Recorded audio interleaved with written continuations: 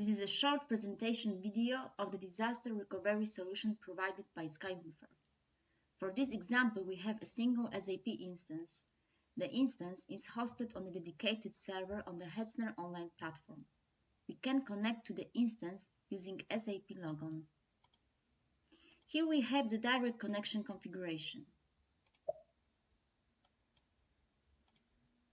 And this is a configuration that goes through a proxy.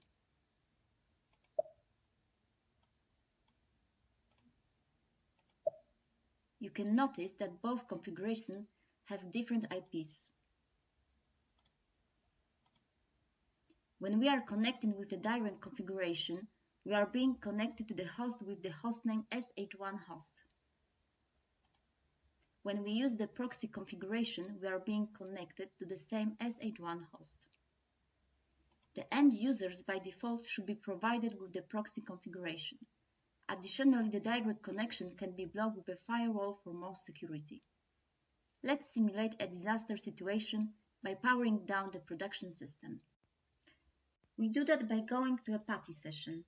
Here we are under the user root, and we type shutdown -time now.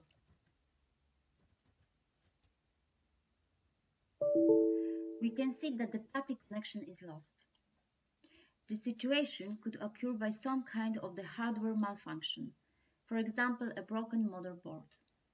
If this would happen, the SAP system can be brought back online in about 2 hours. Let's demonstrate how it could be done. Now we are in the Amazon EC2 console. Here we bring online the failover system. We select the system, click Actions, Instance State, Start. This takes a minute. The database comes online automatically together with the operating system. The database data and the database log backups are being stored in Amazon S3 bucket. They can be accessed both by the production and the failover systems. The system is now running. Next step is to restore the database. For that, we go to HANA Studio. Here we right-click on the sh1 failover system, backup and recovery, recover tenant database. We select the sh1 tenant and click Next. We leave the default option, recover the database to its most recent state, and click Next. We leave the default backup catalog location as it was configured earlier. We allow the sh1 database to be switched offline.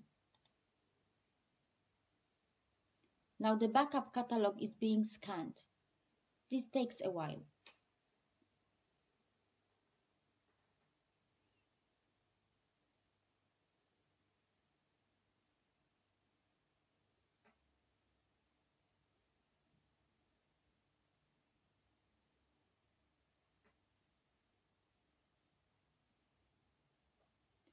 We select the most recent backup and click Next.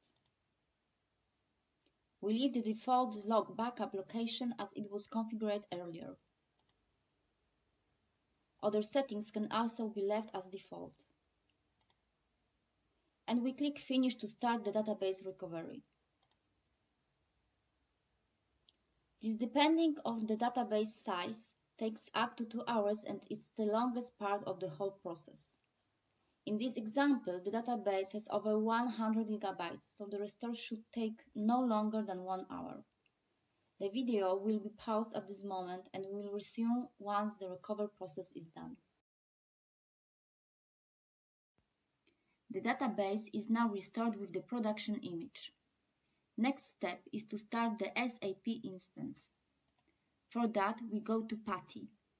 Here we are under the user sh1 ADM on the sh1 failover system. We type Start SAP.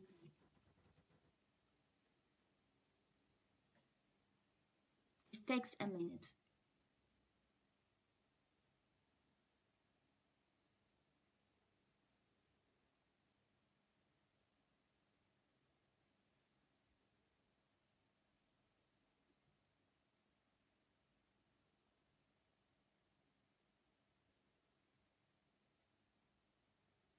Now, when the instance is online, connections can be resumed. We go back to SAP Logon. We can use the direct link. It brings us to the hostname sh1 failover.